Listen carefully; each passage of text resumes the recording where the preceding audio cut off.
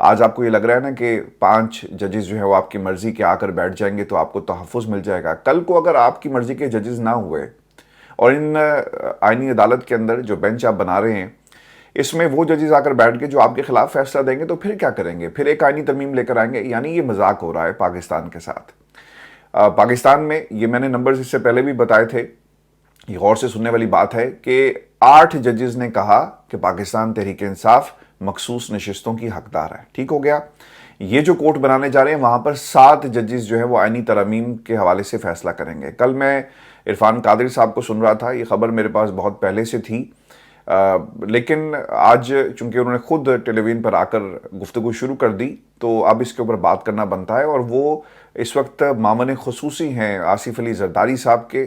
اور یہ تمام آئینی ترامیم کا جو مسودہ تیار کیا گیا ہے یہ عرفان قادری صاحب کی طرف سے تیار کیا گیا. اس سے پہلے بھی وہ خان صاحب کی حکومت اور ان کے خلاف کافی زیادہ بولتے رہے لیکن پیپلز پارٹی اور عرفان قادری صاحب کا بہت گہرا ساتھ ہے.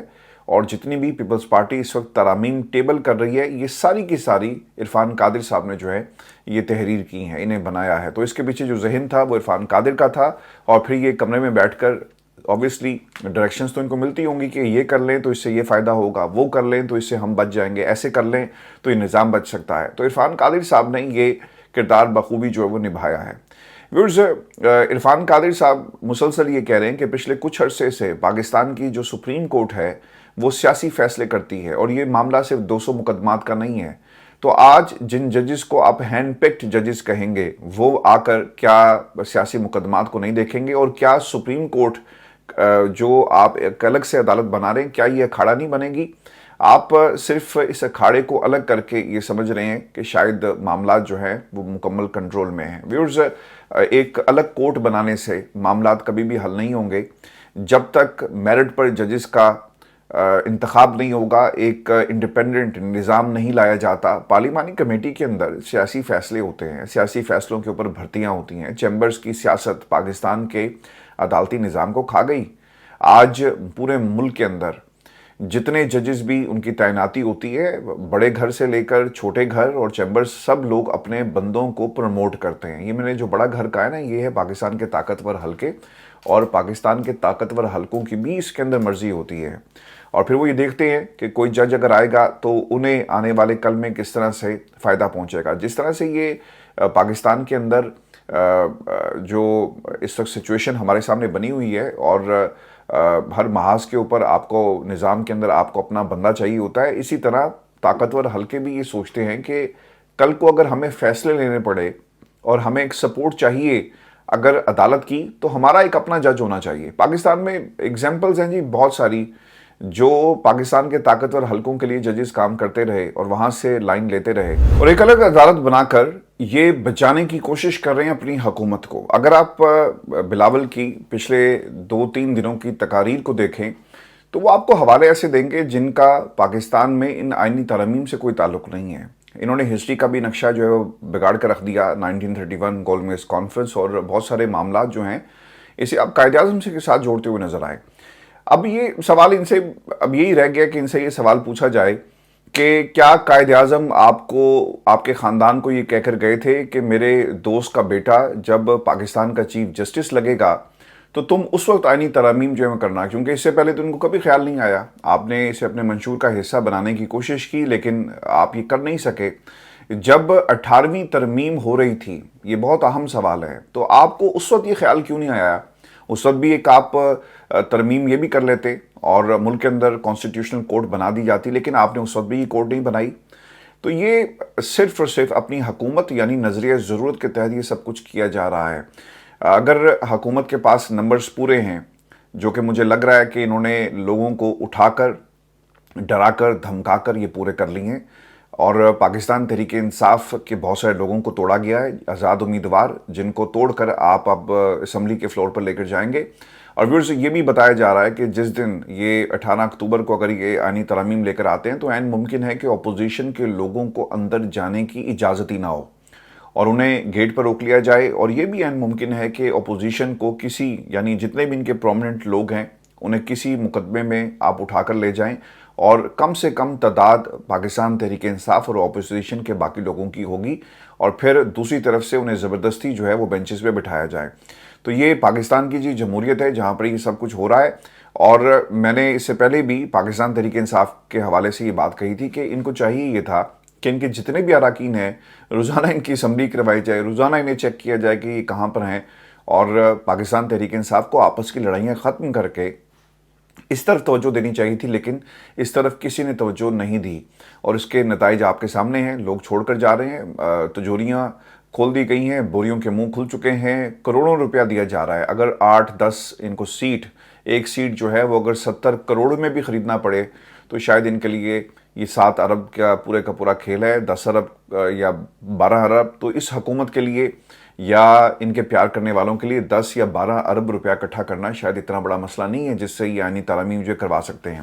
ویورز، پاکستان کے اندر اب ہارس ٹریڈنگ ہوگی، اور اس ہارس ٹریڈنگ کو کوئی نہیں روک سکے گا، چونکہ یہ قاضی صاحب کا وہ تحفہ ہے جو انہوں نے جاتے جاتے پاکستان کی عوام کو جو ہے وہ دیا ہے۔ اور ویورز، آپ کو یہ بھی خبر دے دیں کیونکہ خان صاحب سے ملاقات کا یہ معاملہ ہے، ڈاکٹرز پیمز کی ٹیم نے جانا ہے، لیکن ابھی تک ڈاکٹرز کی ٹیم جو ہے وہ خان صاحب سے نہیں ملی، اور پاکستان تحریک انصاف کی طرف سے بھی کسی قسم کی سٹیٹمنٹ جو ہے وہ جاری نہیں کی گئی۔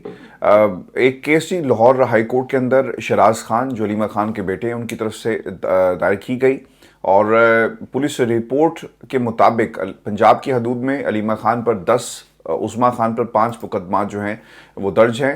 اور تفصیلات کے حوالے سے، کیونکہ ہوتا ہی ہے نا کہ جب آپ نے کسی کو زیادہ دیر اندر رکھنا ہو تو آپ کیا کرتے ہیں کہ 2 مقدمات آپ نے بلوچستان میں درج کر دیے، 2 کیسز آپ کراچی میں کریں گے، 4 آپ اٹک میں کریں گے، 2 کہیں اور کر دیں گے، تو پھر ہوتا ہی ہے کہ ایک ضمانت ہوگی تو دوسری ضمانت کے لیے آپ کو بھاگنا پڑے گا، پھر پولیس پہنچ جاتی ہے۔ تو یہ طریقہ کار ہمیشہ سے اپنایا گیا۔ اب آئی جی پنجاب سے رپورٹ طلب کر لی گئی ہے، اٹک میں 2 مقدمات درج ہیں، یہ رپورٹ میں کہا گیا ہے۔ پھر جسٹس علی ضیاء باجوہ نے علیمہ خان کے بیٹے شراز خان کی درخواست پر یہ سماعت جو ہے وہ کی ہے، اور جس میں یہ تفصیلات جو ہے وہ مانگی گئی تھی۔ اب 21 اکتوبر تک یہ سماعت ملتوی کر دی گئی ہے۔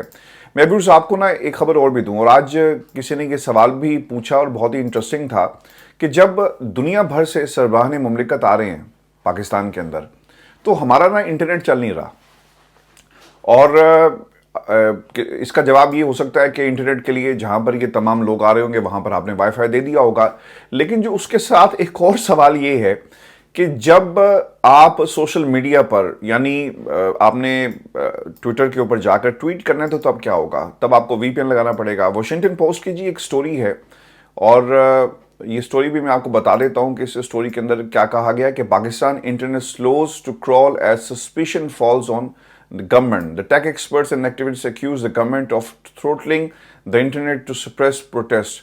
اب یہ واشنگٹن پوسٹ لکھ رہا ہے یہ تمام باتیں۔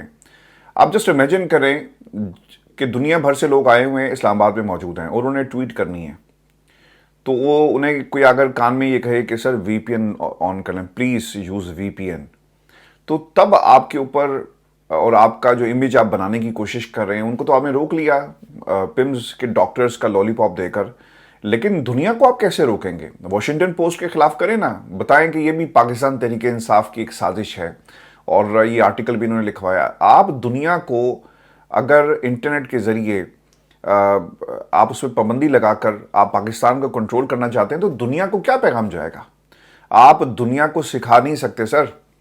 دنیا اب آپ کو سکین کر رہی ہے، آپ کو دیکھ رہی ہے کہ آپ نے پاکستان کے اندر آزادی اظہار کے اوپر کس طرح سے پابندیاں لگا دی۔ اس ملک کے اندر جو کچھ ہوتا ہے وہ پاکستان تحریک انصاف پر ڈال دیا جاتا ہے۔ مثال کے طور پر یہ جو لاہور کا واقعہ ہوا، اس واقعے کو آپ انسانوں کی بستی کے اندر اگر آپ رہ کر دیکھیں نا تو یہ درندگی ہے جس نے بھی کی، لیکن اس سے مہا درندگی کس نے کی؟ ان تمام لوگوں نے جو اس واقعے کو چھپا رہے ہیں۔ پولیس کا جو موقف ہے جو اب تک رپورٹ ہوا ہے، میں آپ کے سامنے 1 by 1 رکھ دیتا ہوں۔ ایک اے ایس پی ہیں پاکستان میں، خاتون، انہوں نے ایک ویڈیو پیغام، 2 لوگ کھڑے ہوئے ہیں، ایک لیفٹ پہ ایک رائٹ پہ، ان کا پیغام سامنے آ رہا ہے کہ ہماری جو بیٹی ہے اس کے ساتھ کوئی ایسا واقعہ پیش نہیں آیا، ان کے سر جھکے ہوئے ہیں، اور وہ جھکے ہوئے سر سے کیا کہہ رہے ہیں کہ ہماری بیٹی کے ساتھ ایسا کوئی واقعہ پیش نہیں آیا، اور پھر انہیں اپنے منہ بھی چھپائے ہوئے ہیں۔ کون سا ایسا باپ ہوگا، کون سا ایسا چاچا ہوگا جو دنیا کو سامنے آ کر کہے کہ ہاں یہ ہمارے ساتھ واقعہ ہوا؟ آپ نے تو ان کی آئیڈینٹی کو جو ہے وہ دنیا کے سامنے رکھ دیا۔ کبھی بھی جو ترقی یافتہ ممالک ہیں نا، وہاں پر بھی اس طرح سے نہیں کیا جاتا، لوگوں کی جو آئیڈینٹیفیکیشن ہے ان کے ناموں کو چھپایا جاتا ہے۔ لیکن یہ پاکستان کا قانون ہے، کچھ لوگوں کو بچانا ہے نا، میں یہ نہیں کہتا کہ یہ ہوا یا نہیں ہوا، لیکن خدا کے لیے جو رولز ہیں، جو اخلاقیات ہے، اس کو تو آپ فالو کریں۔ قانون کہاں ہے؟ قانون کے محافظ ہی کھڑے ہو کر ویڈیوز بنا رہے ہیں اور اپنی اہمیت اجاگر کرنے کے لیے کہ دیکھیں میں نے آپ کو کر کے دیا ہے۔ سر اس سے نظام ٹھیک نہیں ہوگا، نظام بگڑ جائے گا۔ آج عظمیٰ بخاری کیا کہتی ہیں کہ وہ کسی کی بیٹی ہے، کسی کی بہن ہے، کیوں اس زندگی کے ساتھ آپ کھیل رہے ہو؟ جو آپ لوگوں نے کیا وہ کون سا کوئی صحیح تھا؟ کہتے ہیں نا پولیس والوں کو کہ کیوں آپ نے ان کو سامنے لا کر بٹھایا اور کہا کہ یہ کچھ نہیں ہوا؟ جب تک معاملے کی انڈیپینڈنٹ انکوائری نہیں ہوتی، اور پنجاب حکومت کبھی بھی اس معاملے کی انڈیپینڈنٹ انکوائری نہیں کرے گی، چونکہ اس میں بہت بڑے بڑے لوگوں کے نام ہیں، رشتہ داریاں ہیں، یہ کس طرح سے ممکن ہوگا کہ ایک انڈیپینڈنٹ انکوائری ہو اور پھر اس کے بعد یہ سارا معاملہ جو ہے اپنے منطقی انجام تک پہنچے؟ پاکستان کے اندر جی لوگ سڑکوں پر آ چکے ہیں، پنجاب کالج مختلف شہروں کے اندر احتجاج ہو رہا ہے۔ میں حیران تھا، کل اے آر وائی نیوز نے پنجاب کالج کی سٹیپس چلائی، ٹکٹس چلتے رہے، ماریہ میمن نے آ کر اس کے اوپر کمنٹ بھی کیا، لیکن ٹھیک اس کے بعد اگلے بلیٹن میں پنجاب کالج کو نجی کالج میں کنورٹ کر دیا گیا۔ یہ پاکستان کے اندر ہو رہا ہے۔ ہم نبی کا کلمہ پڑھتے ہیں لیکن ہم سچ نہیں بول سکتے، ہم دنیا کو بھاشن دیتے ہیں، ہمارا نام ہے اسلامی جمہوریہ پاکستان، لیکن اس ملک کے اندر اسلامی نام کی کوئی چیز نہیں ہے، اسلام کا دور دور تک ہمارے سے کوئی تعلق نہیں ہے۔ ہماری زندگیوں کے اندر، ہمارے کردار کے اندر ہم جس طرف چلنا چاہیے ہم اس طرف نہیں چل رہے۔ آج سے کچھ ہی ہفتے پہلے مجھے بہت اچھی طرح یاد ہے کہ یہاں پہ ہم نیوز کے ایوارڈ شو ہوا، لوگوں نے میرے ساتھ ویڈیوز ایسی ایسی شیئر کی لا کر، گوروں نے، اور مجھ سے یہ سوال کیا کہ what is the name of your country? تو اب وہ میرے بڑے اچھے دوستوں میں سے ہیں اور وہ یہ حیران تھے، مطلب ایسا نہیں کہ میرے پہ طنز کر رہے تھے، وہ یہ سوال کر رہے تھے اور پریشان تھے۔ اور گورے نے مجھ سے سوال کیا تو میں نے بتایا کہ اسلامک ریپبلک آف پاکستان۔ تو پھر اس نے مجھ سے کہا کہ یہ ویڈیوز دیکھو تو یہ کیا اسلام میں الاؤ ہے؟ میرے پاس یقین کریں کوئی جواب نہیں تھا، دل کر رہا تھا کہ زمین کھلے اور میں اس کے اندر چلا جاؤں، اور میں شرمندگی کے مارے اپنا منہ چھپا رہا تھا کہ میں اس کو کیا جواب دوں۔ تو یہ ہماری ثقافت ہے، یہ ہمارا کلچر ہے، ہم صرف جو اسلام ہے وہ ناموں کے ساتھ اور دعویٰ ضرور کرتے ہیں، لیکن کہیں پر بھی آج انہوں نے میرے سے ویڈیو کسی نے شیئر کی، اس پہ لکھا ہوا تھا، وہ جو بی بی کہہ رہی ہیں کہ جب تمہارے پاس کوئی خبر آئے تو اس کی تحقیق کر لیا کرو۔ سر بہت ساری چیزوں کی پھر تحقیق کر لیا کریں آپ جب چار دیواری کا تقدس پامال کرتے ہیں تحقیق کر لیا کریں کہ یہ بندہ سچا ہے جھوٹا ہے۔ پنجاب کے اندر جو قانون نافذ کرنے والے اداروں نے غدر مچایا ہوا ہے، تحقیق کر لیا کریں کہ یہ بکے گا یا نہیں بکے گا، تحقیق کر لیا کریں۔ آج آپ ہر چیز جو ہے پی ٹی آئی کے کھاتے میں ڈالیں۔ پی ٹی آئی نے نہیں کہا تھا یہ پنجاب کے تمام بچوں کو جو سڑکوں پر موجود ہیں اور آزادی کے نعرے لگا رہے ہیں، کیوں وہ نعرے لگا رہے ہیں؟ کیونکہ یہ سوچ ہے، شعور ہے لوگوں کے اندر۔ آپ اسے دبائیں گے، آپ اسے پنجاب اسمبلی کے فلور پہ کھڑے ہو کر ڈیفینڈ کرنے کی کوشش کریں، مت کریں۔